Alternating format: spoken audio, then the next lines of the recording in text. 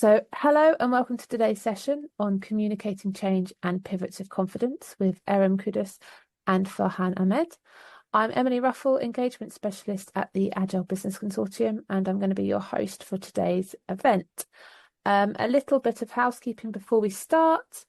The introduction and the outro of this session is going to be recorded, but none of the breakouts and the interactive discussions will be. So those sessions will be left to be open, honest, and collaborative. So you don't have to worry about those bits being recorded. Feel free to use the chat, introduce yourselves, where you're joining from, and what you hope to take away from today's workshop.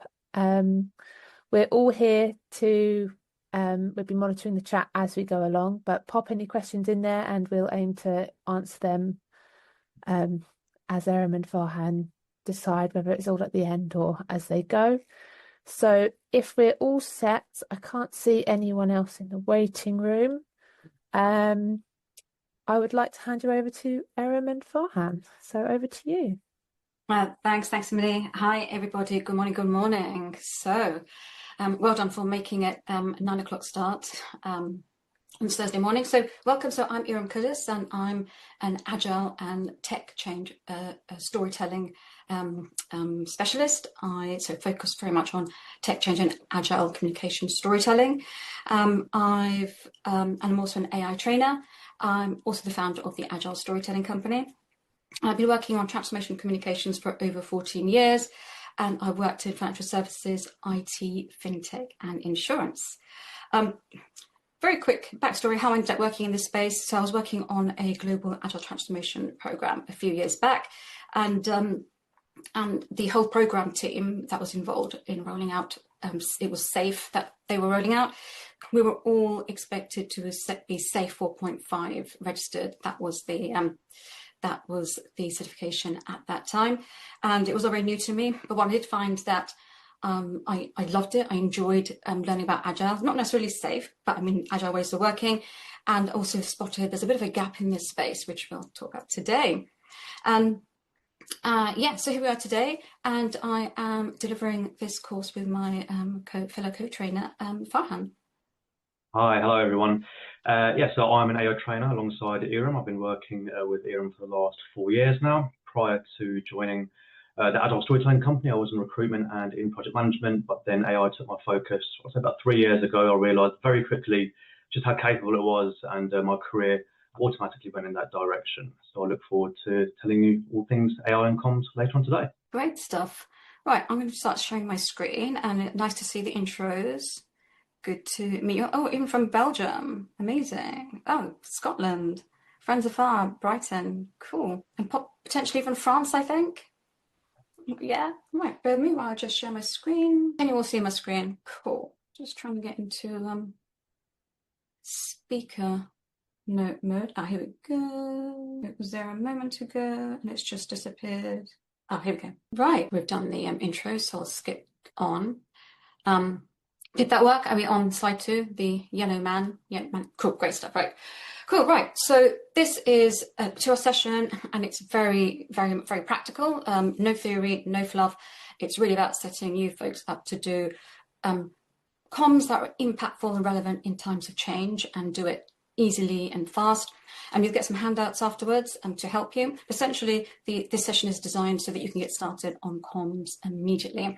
So whether if you're under pressure, which I know you folks often can be in the front line, we're up against resistance. This is a framework, if you like, to set you up to do comms, to drive buy-in and engagement, and do so easily. So my role here is to make it easy for you.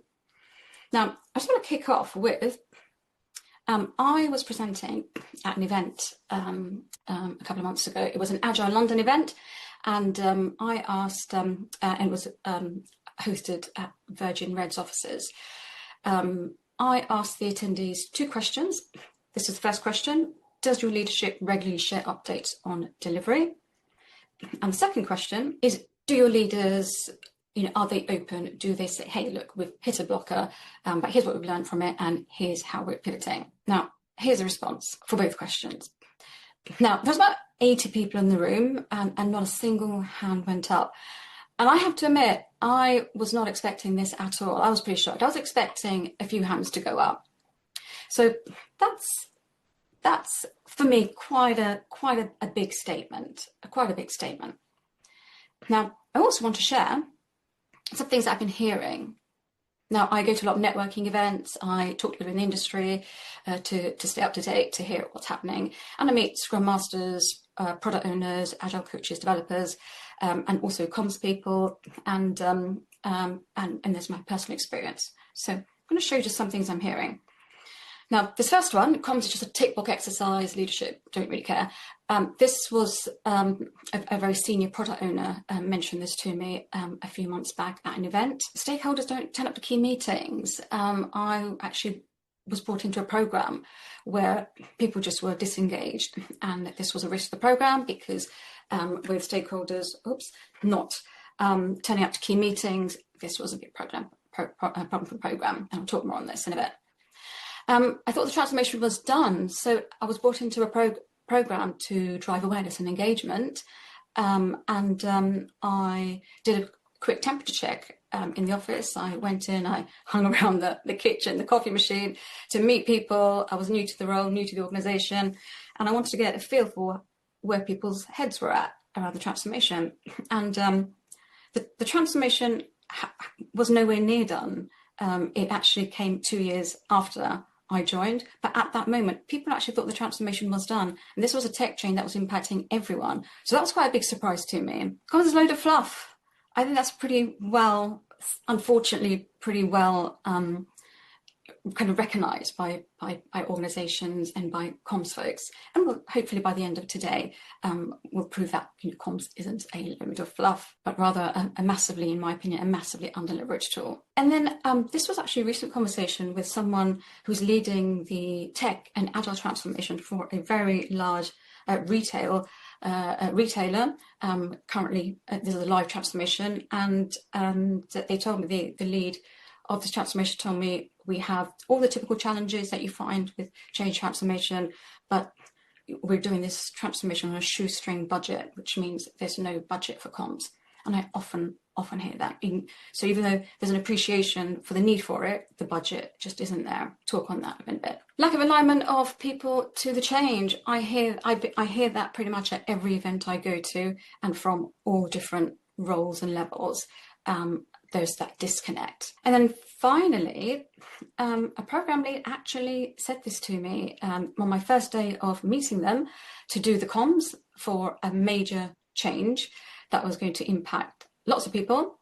They actually said, I don't give an F about the comms, I just want to deliver this thing. So guess what? The people didn't give an F about them and all their deliverables. And the program, the team, it was a very unhappy team, lots and lots of issues, lots of working in silo, and definitely did not get anywhere close to delivering on their original planned date. But I mean, there was a complex change, lots of problems, but it doesn't help when the lead of the transformation feels that way. Now, we've all heard that 70% transformations fail, that number banded around for a while, that number from McKinsey's. Now, transformations, of course, are very complex, and there tend to be many layers of complexity. But that all said, I think alignment, buy-in, engagement, I hear that everywhere. And I think that's one gap that can be resolved or can be managed, handled, and some of those gaps mitigated by folks like yourselves. Now, kind of good, considered comms will handle resistance, will drive buy-in, and will set transformations up for success.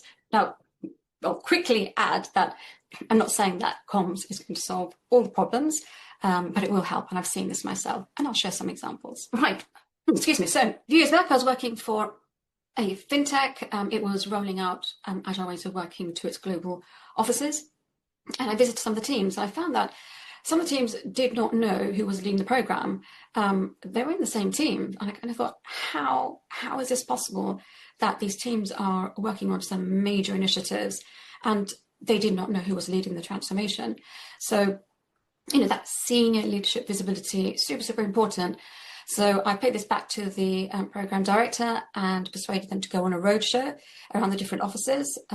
and overseas, and they talked on the roadmap, the goals, and it was very successful, made a massive difference. People actually came up to me and they told me, like, do you know what, now we get it.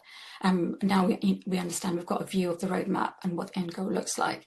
And you know, the vibe was very unhappy, and there was a noticeable change afterwards. There's someone trying to join. Emily, Farhan on the line. Farhan, can you email Hind? Can you pop into my email and just drop the latest link? Thanks. Sure. Cool.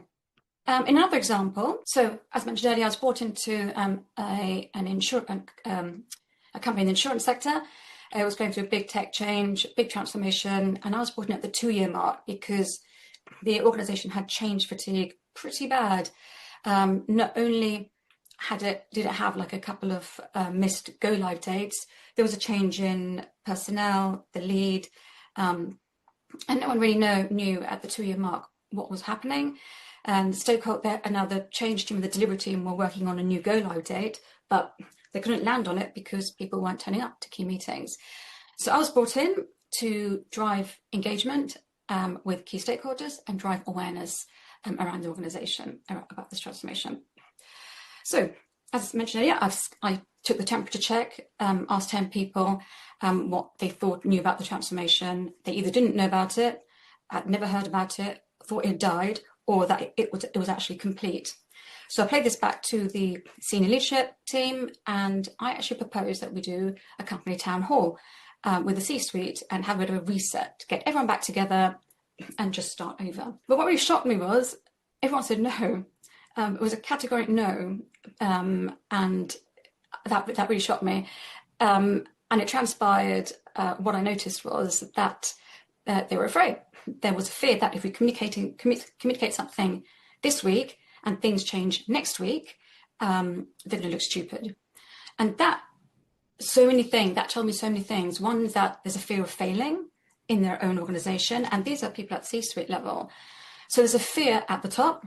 Second, I learned that the change in mindset just wasn't there with this organization, and they always say it starts with the top. And the third is the risk with not updating people. People just don't know what's happening, so how are you going to expect engagement? Anyway, with some work, I kept chipping away. I did manage to persuade them, and I worked very closely with them to make them feel safe. I worked on the talking points, I supported them, coached them end to end, did rehearsals, and I prepped them on getting comfortable with change, alongside talking on all the talking points related to the transformation. I actually talked about them on change, and when they said, things might change next week, I said, yeah, this is a change program, a transformation program. That's what will happen. And if things change next week, then you communicate that next week. So it took time, it took some hand holding, and but we got there, and it landed really, really well. 75% of the organisation turned up or dialed in, and the feedback afterwards to the C-suite was excellent. It wasn't another boring town hall. And the key thing, head of delivery, head of change noticed, stakeholder engagement went up immediately. So hearing from the senior management on the transformation, on change, and even that, there's going to be some pain. And you folks know this, where there's change, transformation, there is some pain before it gets better. That's just part of the journey. So it went really well, and the stakeholders are more aligned. Everyone's rallying around the new go live date, and the program gathered momentum, and when it really needed to ahead of go live, and it landed really well. The team met the new go live date, and the members of the C-suite actually told me, we didn't want to do it, but you made it easy, and it's been a massive success. So that tells me there's some work to do with our senior leadership. Now, in the absence of comms, and I'm sure we've all had these conversations by the coffee machine, on WhatsApp. I've heard this a zillion times. So we need to mitigate this. When the Queen passed away, I heard about it at lunchtime. Loads of people heard about it at lunchtime, and the official announcement wasn't made until 6:30 in the evening. So, isn't it just better just to announce it and do it properly, formally, in a more contained and managed way? Silence, ambiguity creates confusion. It slows delivery, damages trust, and that will impact the working environment. It's distracting. It will impact motivation, and you want good comms. I emphasize good comms, not sporadic emails, not random ad hoc emails or stand-ups, but it's going to be the right comms structure in the right way at the right time, and that will mitigate this kind of negativity. So now, what's the hidden cost of all of this?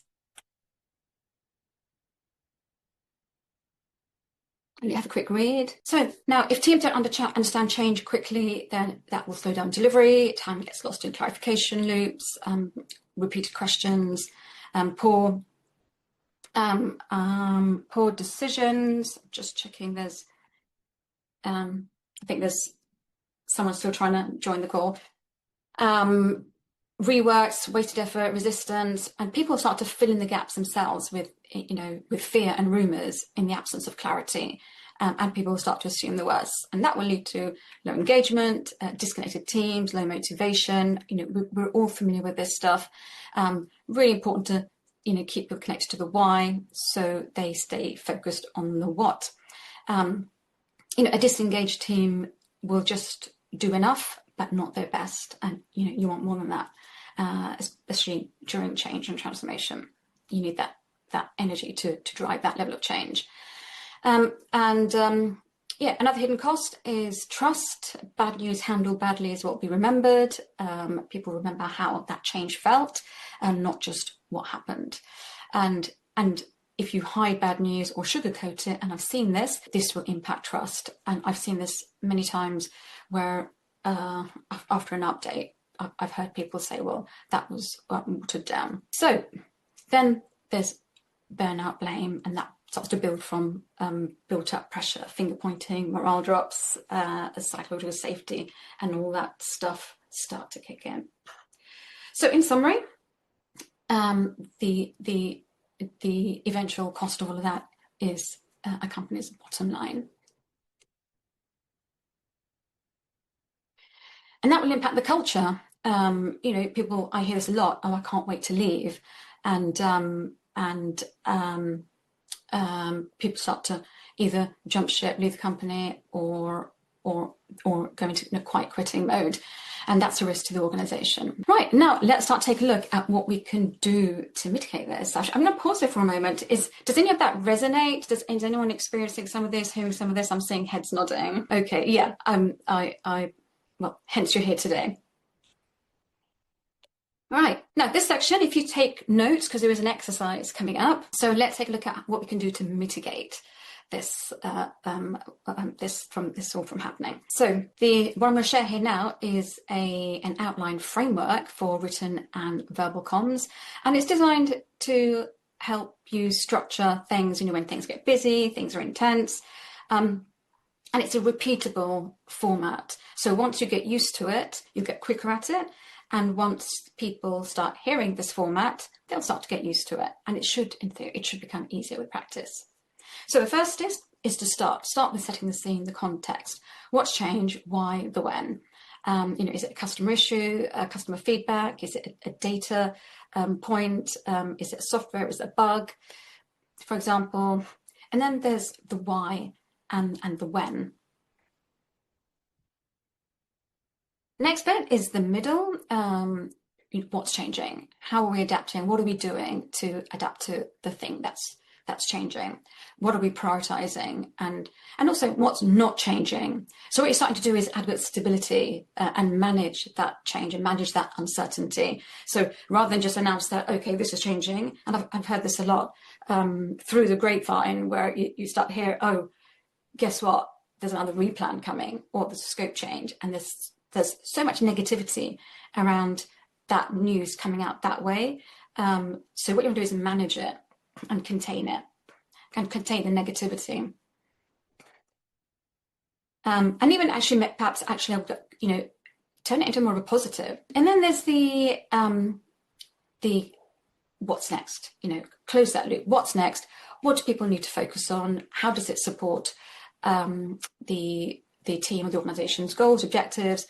And what's the audience that you're focusing on? What do they care about? What's in it for them?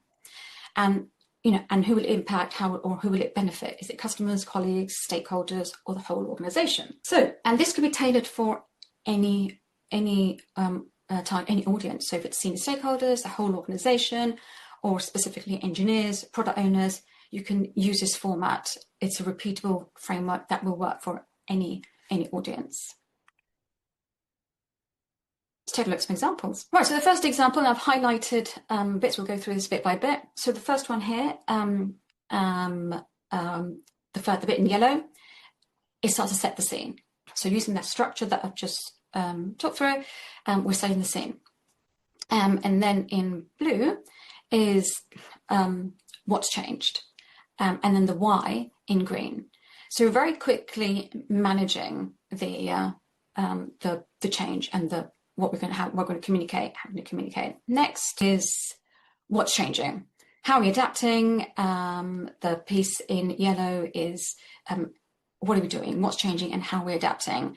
And then the bit in green is what's not changing. So it's managing and containing the uncertainty rather than being vague about what's changing. So just being more specific. And then in blue, what's being prioritized. So it's immediately starting to focus people's mind. So me as a reader, okay, I know what's changing, I know what's not changing, and what we're going to focus on. So you're elaborating on that and giving stability, comfort, while informing people on what's happening. And then the last section is the closing that loop. What's next? Really important to leave people knowing what's next, manage their expectation. So, how does this support what's the next step in yellow? So stay focused on this sprint. How does it support our objectives in blue? Very important, aligned to the why. And how will this help, the target audience that we're aiming at? And so in this case, we're managing that piece, the customer piece, and also for colleagues themselves. So in its entirety, we've set the context, we've said what's happening, when it's happening, why it's happening, what's changing, what we're doing, what we're prioritizing, what to focus on, and what happens next. So there's not many words there, but they will pack a punch. Every word has earned its right to be there. Oh, did I say to take notes? Did I say to take notes? Because we've got exercise coming up, but I'll be here to help. So essentially the exercise will be around the structure, the start, middle, and the end. So some tips. First is to make it human, and we'll cut more on that in a bit. And earlier in my role, in my career doing comms, I was advised to pitch the content at the level of a 16-year-old school leaver. And some people would say, oh, that's dumbing it down. It's actually not. It's actually making it easy for people's brain to consume. If you chuck in jargon and abbreviations and technical stuff, if your audience is a technical audience, then that's fine. It's got horses for courses tailored to your audience. However, if it's a broader audience, engineers and product owners and scrum masters, team members, risk, legal, finance, and so on, you want to make it easy for people. Or if it's like an all company communication. Now, I used to do a newsletter years and years ago for an organization, for a leading bank. And one of the board members actually gave me personal feedback saying, do you know what? I love your newsletter because I just scan it and I know what's happening. There's not chunks and chunks of text, very simple, plain English, 3 highlights on each change, super easy. And it just also made that, like, the great work that was being done in this team was visible to the members of the board, and it was actually also a really good tool for the director himself, supporting him in his work and giving visibility to his portfolio. Next tip is, once you've written it, cut the number of words, cut it by 30%. If every word needs to earn its right to be there. And I am talking to a product owner for a major financial organization at the moment, and he said emails are just such a headache. You just get chunks and chunks of text and it's really hard to read, or people just don't read them. So cut it down by 30% and then cut it down by another 10%. So really focus your mind on, what people absolutely need to know. And as I said, keep it simple. What do they need to know? What do they care about? Think about your audience. Verbal comms. So just a little bit a different approach, much the same, but so again, avoid jargon, avoid abbreviations, use clear language. You want to make it easy. The easier and simpler you make it, the more engagement you're going to get from people. And they get comfortable talking about change. The more you do it, the easier it'll get.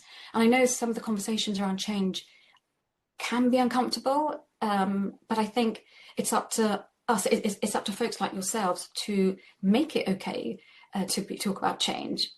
We keep saying change is a norm, it's the new norm, and I've been hearing that for a while, but is it? Are people actually behaving, and have people actually internalized that? Yeah, this is, or are still people still going, oh crap, another change?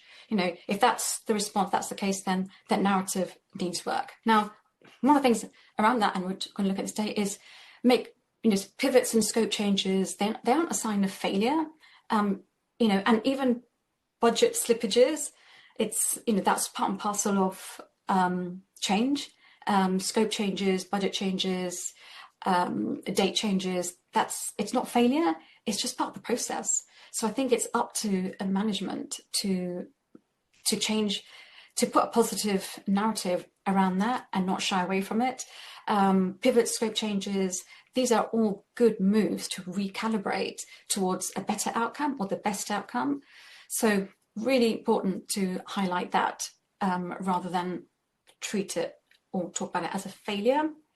And always align to the bigger picture. Now, we all hear about this, and and the Simon Sinek videos and stuff, align to the why and remind of the vision. That's because it's really important. If people don't remember the why, then there's kind of no point to the day-to-day. So it's really important to keep reminding people of the why, and despite the peaks and the troughs in the journey, remind people of that end goal, the bigger picture.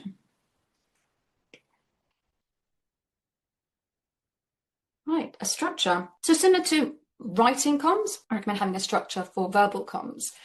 So you can use something like this, like start, middle, end, context, set the scene, show what's changing, any challenges, any key decisions made, and then the output, priority, what to focus on. And very importantly, focus on what your audience cares about. What do they need to know? Now, a few years back, I was talking to an agile coach at a large aerospace company in the States, and they were telling me that some of the product owners were joining show and tells. They were bringing 50-page decks, demoing 50-page decks at their demos. I mean, there's so many things wrong with that scenario, but a 50-page deck, I mean, come on, so people really need to focus on if it's an update for a stakeholder, what do they need to know about, what do they care about, and tailor the communication, whether it's a product owner, an engineer, developer, a senior stakeholder, business owner, really, or even if it's a communication with the whole organization, think about what they need to know, what they care about. Another example, an agile coach told me that her team of Scrum Masters, the update is the update. So whether they're talking to a senior partner within the consultancy, or a peer level colleague, or an external customer, the update is the update, and it's just not working for them. So really important to remember the end audience, and then be honest, be transparent. People don't expect you as leaders to know everything, and it's okay to say, I don't know sometimes, but let me find out and come back to you, or go to your leadership team and ask them to chip in. I do that with the town halls. I have the SMEs in the front row ready to take any questions. Senior leaders have a lot of roles, but yes, they should know all the detail, but sometimes it's okay to just not know. Or it might be that things are moving so fast, things are so fluid, they don't have all the answers at that moment in time. I recommend practicing out loud. If you want to deliver a good update, the only way people talk about winging it, but I think few people in the world are natural at this. Most people, you look at TED Talks, they're practicing. So my advice would be to jot down. So it's okay to have notes in, live in the moment. Nothing wrong with that, but don't read from it. Make eye contact with people, look into the camera. Practicing out loud will help with the waffling, and and have a nice closing format. Next steps, key priorities, actions, what to focus on to close off nicely. Now, I've worked with a leader who, as soon as he was, when all eyes were focused on him, he would go red from the neck up. So it's just a case of practicing. And then I heard about a senior leader a number of years ago, who, whenever there was an event coming up where he would be required to speak in front of a group of people, he would go off sick.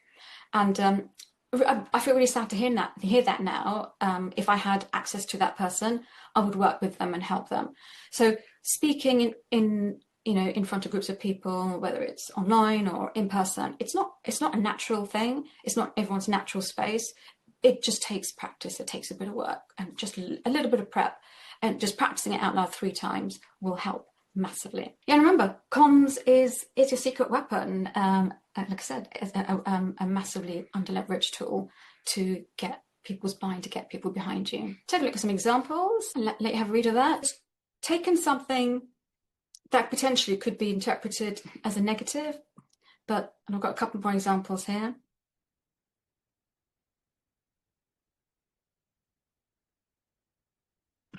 Just let you have a read. And the second one, we're shifting the go live data back by 2 weeks so we can improve the user flow. And we're keeping all the features the same, so giving that comfort on what is not changing, giving stability in a time of uncertainty, and we're just making it easier for our customers to use. So you can see how it's just a few words, but it's managing uncertainty, managing colleagues, and giving comfort to what to focus on, what's changing and what's not changing, and ultimately, and aligning to the vision and they've woven in, the customer focus. Last one, again, it's done that whole 360. I'm going to pause there. Now these examples are very toned down. This is a generic masterclass. In real life, we would delve deeper into the gaps, the pain points. So far, what are your thoughts? Any thoughts? Could this, you folks on the front line, you work in no doubt super intense environments, lots of challenges, lots of complexities, lots of stakeholders, very conscious to not make this feel like it's been oversimplified. Any immediate thoughts? Could this work? We'll go into an exercise. Oh, actually, there's another example here. Let's just take a look at this example. So I'll read it out. So, hey everyone, I want to take a moment to update you on some changes we're making to our plan. So setting the scene and letting people know that there's a change coming. And as we move forward, we've identified a few areas where we need to pivot, adjust scope and replan. So it's setting that scene, telling there's a change coming. Now, I know that can sound like things are going off track, but actually it's the opposite. So for me, that's that mindset piece, changing the narrative around change. This isn't a bad thing. This is a good thing. We're getting closer to good. These changes are helping us focus on what matters most and respond to what we're learning along the way. This isn't failure, it's us being focused, flexible and staying aligned to the bigger picture. So it's focusing on what's on value, on what's priority, and the bigger picture, the end goal, vision, objective. So what's happening next? We're simplifying where we can, prioritizing the highest value work and updating our roadmap to reflect that. So that's lots of information in there. We're working on this, we're working through it. And the next sentence, we'll walk through all this and in more detail next week with time for questions and discussion. So so for me, this is managing that gossip. So if this wasn't communicated, people would be talking about it, saying, hey, have you heard? And that would be a negative way of hearing about it and talking about it.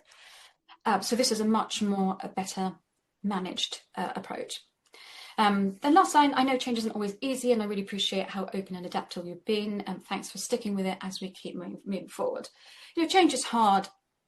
No matter how much we get used to adapting, there's always that there's a bit of an adjustment. So nice closing statement. Right.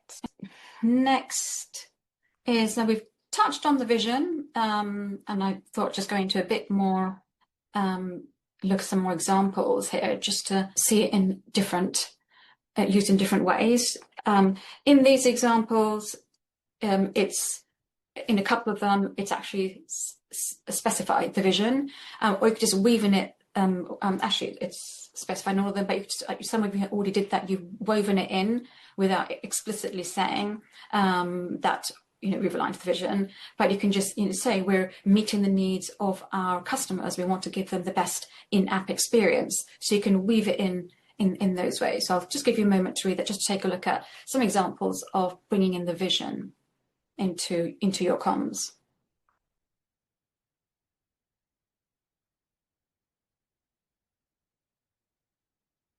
Okay, and now the why. In the absence of the why, not having the why, not being communicated the why or being reminded of it. Now, I recommend to all my stakeholders, the leaders that I work with. A few years back, I was talking to the head of change, and I said, you've got to remind them of the why. And she said, why? They should know. This has been going on for a few years. I said, I love the head shaking, Xavier. But no, when people are bogged down in the day-to-day work, why would they remember the why? You have to keep reminding the why. There's a popular thing in marketing, is for a message to truly embed and land, you have to repeat it 7 times. And back in the day, advertising campaigns, you'd see it, there are adverts in magazines and newspapers, on the TV, on billboards as you're, driving down the road. It's repetition, it's subliminally embed. So, I can't emphasize enough the importance of reminding people on the vision. And I recommend aligning it to everything from emails to your stand-ups to updates with wider teams, company all hands, town halls, news articles, colleague interviews, anything on the intranet site. Everything should ultimately always align to the vision of the organization or your program, so that if you were to stop 5 people in the corridor or randomly on Teams these days, if you ask them, what's the vision of the organization, they would know. That's where you want to get to. That's the ideal state. But I'm not sure many organizations are there. Right. In the absence of not having the why, is a bit like being out at sea, being sent out at sea without a compass. Without the why, without a compass, there's no sense of direction. How do you know where the day-to-day work is heading if you haven't been communicated, the direction where you're going, what you're working towards. And what you want is more something like this. Alignment. You want alignment, you want your people behind you, you want people aligned to your goals, your objectives, your vision. So everyone is working heading in the same direction, and that will get you there. That will get you to your end goals. Now, monetary rewards will only go so far. As intelligent beings, we need something more than obviously financial rewards go a long way, but at the end of the day, we need more than that. We need purpose. We need to know why we do what we do every day. Right. Next up, switching it up now a bit, is AI for communications. Now, we know that AI is all the rage right now. Over to Farhan to talk you through how you can use AI in your comms. Yeah, absolutely. So, as you said, AI is certainly all the rage at the moment, and hopefully by today's session I can help sort of give some clarification and some navigation. And I want to specifically focus on prompting, because that really is a key aspect of interacting with AI. Now, those who are already using AI will know that your outputs are almost completely dependent on your prompts. And a good quality prompt will ultimately save you a lot of time indeed. So let's unpack exactly what makes a good prompt and how to do that. So at the top here, you can see there are 4 big words, so specific, persona, structure, and tone of voice. Now, these are what I've called the 4 pillars of good prompting. And before I explain what they are, if I could just ask you to take a note of them, please, because we're going to be using those in an exercise very shortly. So I'll just give you a moment to jot that down. And the 4 pillars are really, really important. So let's start with the specific. So of course, you need to be specific in your prompting, because as great as AI is, it can't actually read your mind. Next is persona, which I'll explain in our examples. And then is structure, so you can dictate how you want that output to be. And then of course you can make AI adopt a tone of voice, which is super useful for communications professionals. So to illustrate these 4 pillars of good prompting, we can look at example 1. And this is what I call a basic prompt. So imagine if you want to get an email or some sort of message about staff, about changes to a chatbot, and there's going to be a delay to it, then you could use that basic prompt. But of course, with a basic prompt, you will get a vague and basic output. And as a result of that vagueness, you need to go in, change the tone of voice, make it sound like you or your company, add some specific talking points, etc., etc., etc. It hasn't really helped because the prompt just isn't good enough. So below that, you can see a better prompt, and the better prompt indeed incorporates the 4 pillars of good prompting. So at the very beginning here, I've said to the AI, you are the lead engineer at a made-up company called Inveris, which means that there I'm setting a persona. I'm telling the AI what it is. Now, why am I doing that? The reason why is because AI tools, they have an absolutely enormous database of information to draw from. And by setting persona, telling it what it is or who they are, you're telling it to come from that specific perspective of that database. So in this case, because I've said you're the lead engineer, the output will sound like an engineer, according to the AI's understanding of what an engineer sounds like, which is essentially better than just a generic sounding output. The next one is 100-word emails. I'll set a structure there, and I've also said it's for colleagues. So I'll set an audience as well. And this might not sound like that important, but it actually is, because this is all the information that the AI has to go in. It can't guess what you want. Now below that are some talking points. So again, we're talking about specifics.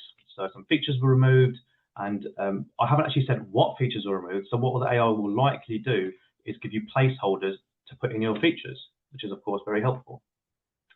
Another specific talking point, it launches in multiple phases, which is great, that'll be incorporated. And then last of all, I've told it to adopt a tone of voice and style, so clear, reassuring, etc., etc.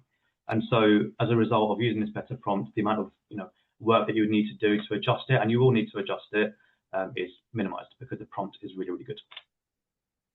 To the right, there's a second example to illustrate this point. So once again, we'll start with a very basic prompt, which will of course yield a very basic output. And again, the better version of the prompt incorporates some of the 4 pillars. Now, it doesn't have to include all the 4 pillars, but having 2, 3 minimum is always better. So again, you can see I've told it that you're a product lead, and hence the output will sound like a product lead. 150 words this time, and the audience is for developers.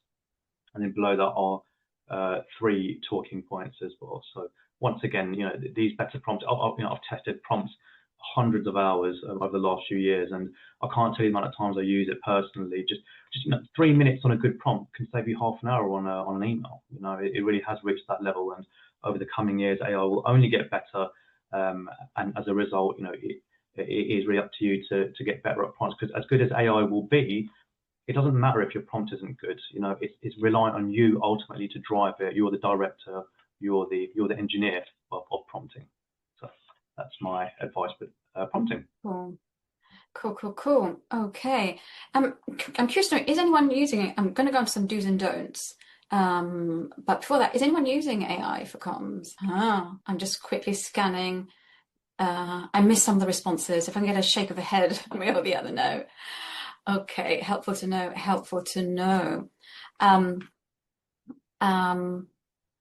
Yes, everyone most comes through AI. Yeah. Okay, so one person is.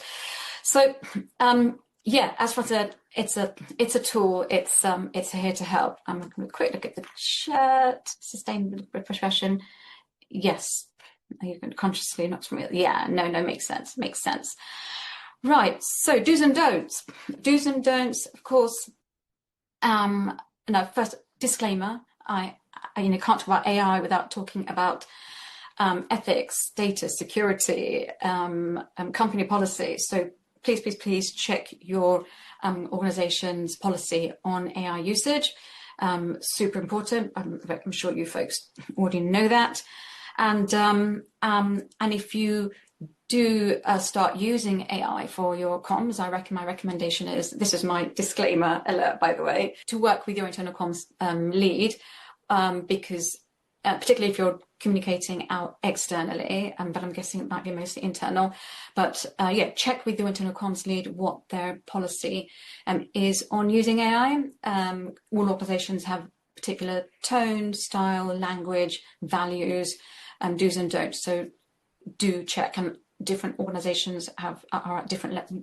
Pretty much everyone is in an early stage, to be honest. I don't know anyone who's widely using AI, but do check. Okay, that's my disclaimer piece done, covered.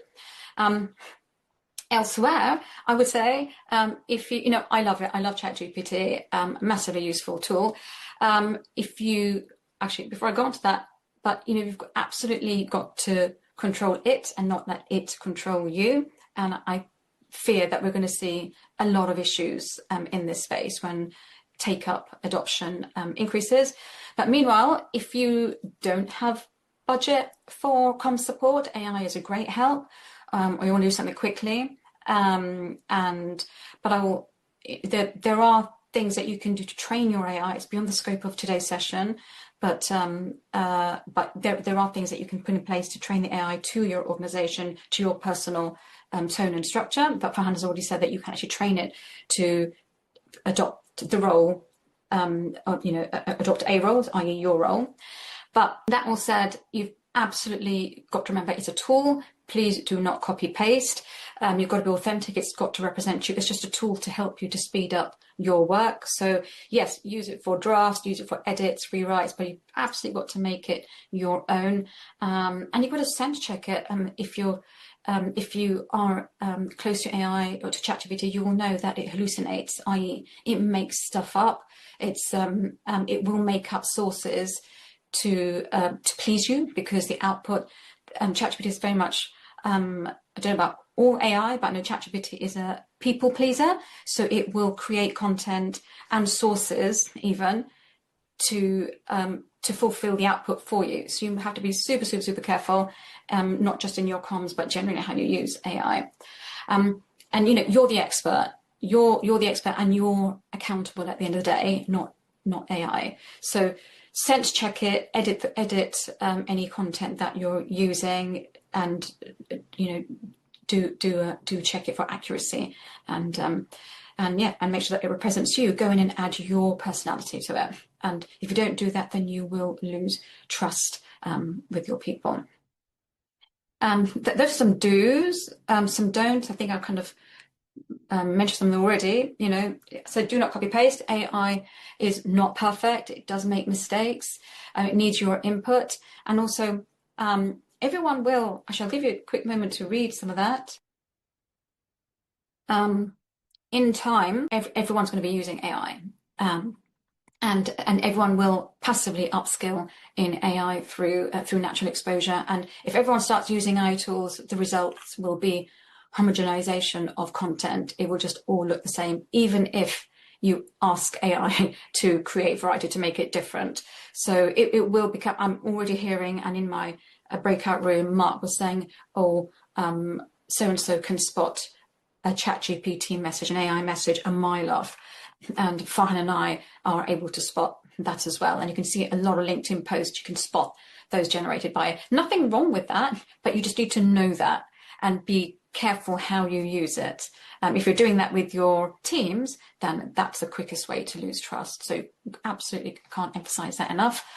And also things like adding humor, and adding in-jokes, calling out teams, calling out names, cultural references, all that stuff. Without all of that stuff, which AI won't know, it will all start to feel a bit samey.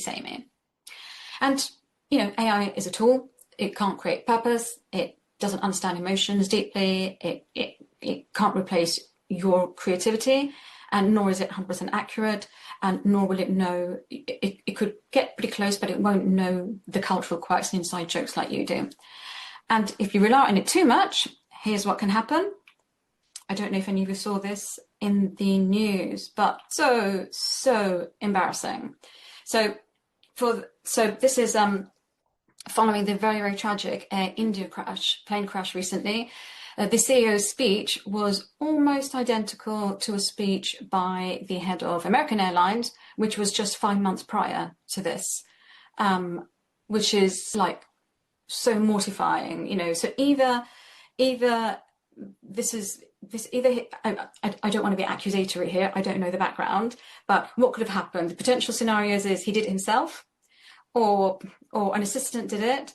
I don't believe a comms person, I don't believe he had a comms person helping him. No comms person would allow this to happen, no way. So not good for trust, sends such a bad message. Right, our goal is to encourage, there's a gap at the moment, there's a few things going on here. There's a gap in that, you know, connecting senior leadership teams and people on the ground to change. There's a disconnect. So we're, you know, one of our key purposes is to encourage senior leadership to plug that gap, to use communications to connect people to the change, because to drive buy-in, engagement, happiness, purpose. We wouldn't recommend people use AI, but we can see that could happen. That's coming down the track with, you know, so we would absolutely encourage responsible usage. It's just a tool.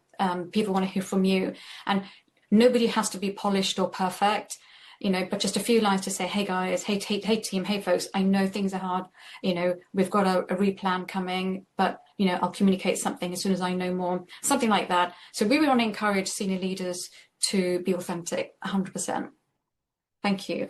Right, so just starting to close off. So no matter what type of, on the topic of what I've just said, no matter what type of communicator you are, you know, super busy, you know, some leaders I've worked with, they just don't know how to communicate, what to communicate, which is actually ties in with what you've just said is, you know, we don't want people to become reliant because doing comms isn't their, you know, their best skill. You know, comms is a different skill. Some are good at it, some are not so good at it.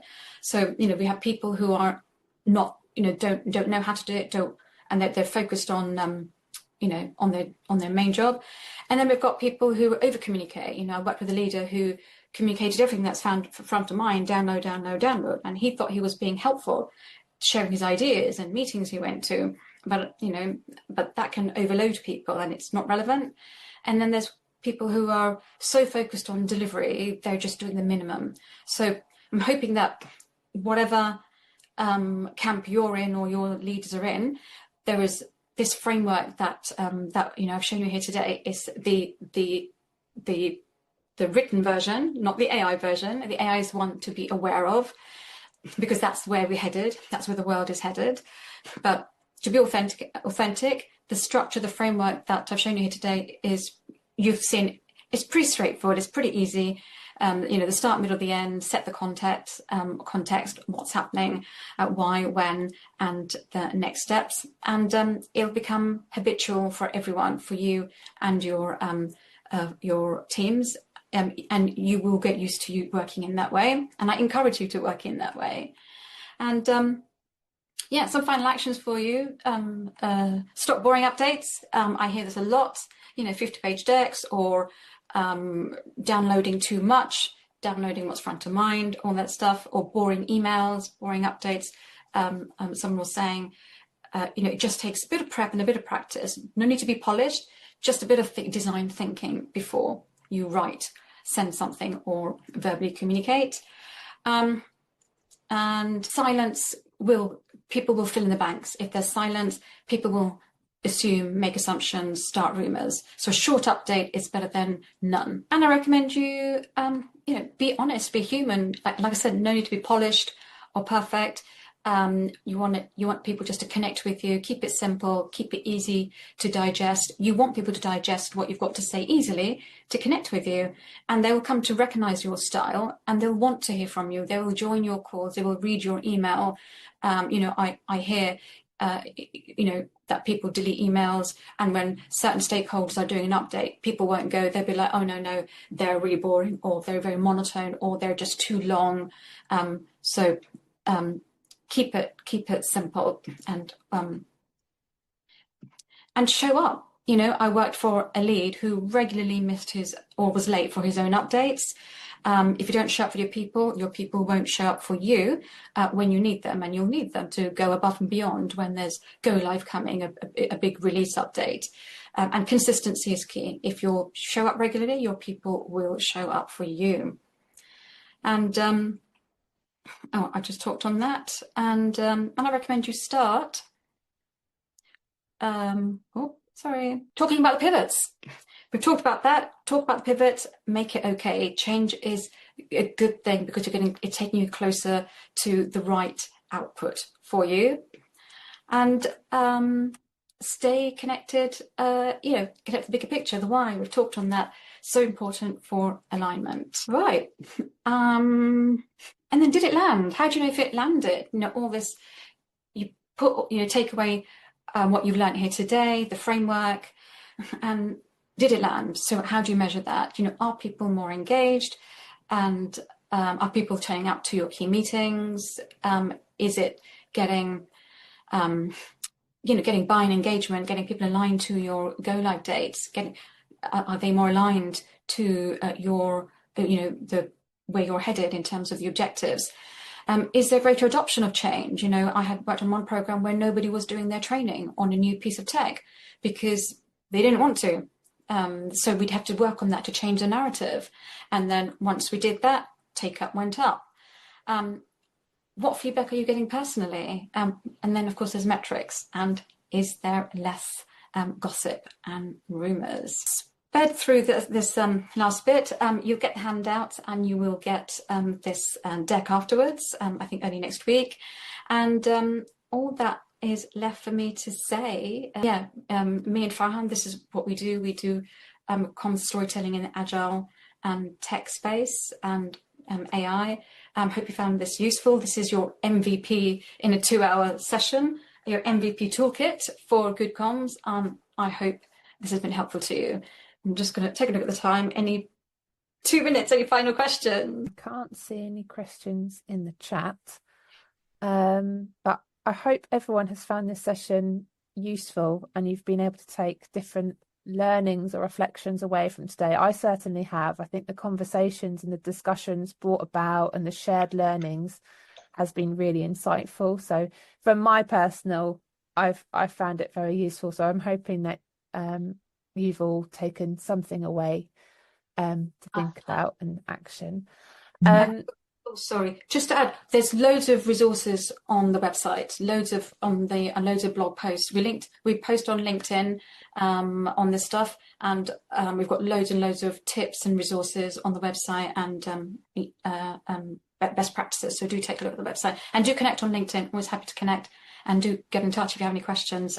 Adrian? I do have one, not related to this, because that's in most cases, and I don't want to call it an easy, but a pleasant communication in most cases. But what came to my mind, do you have a similar model for dealing with escalations or communicating escalations?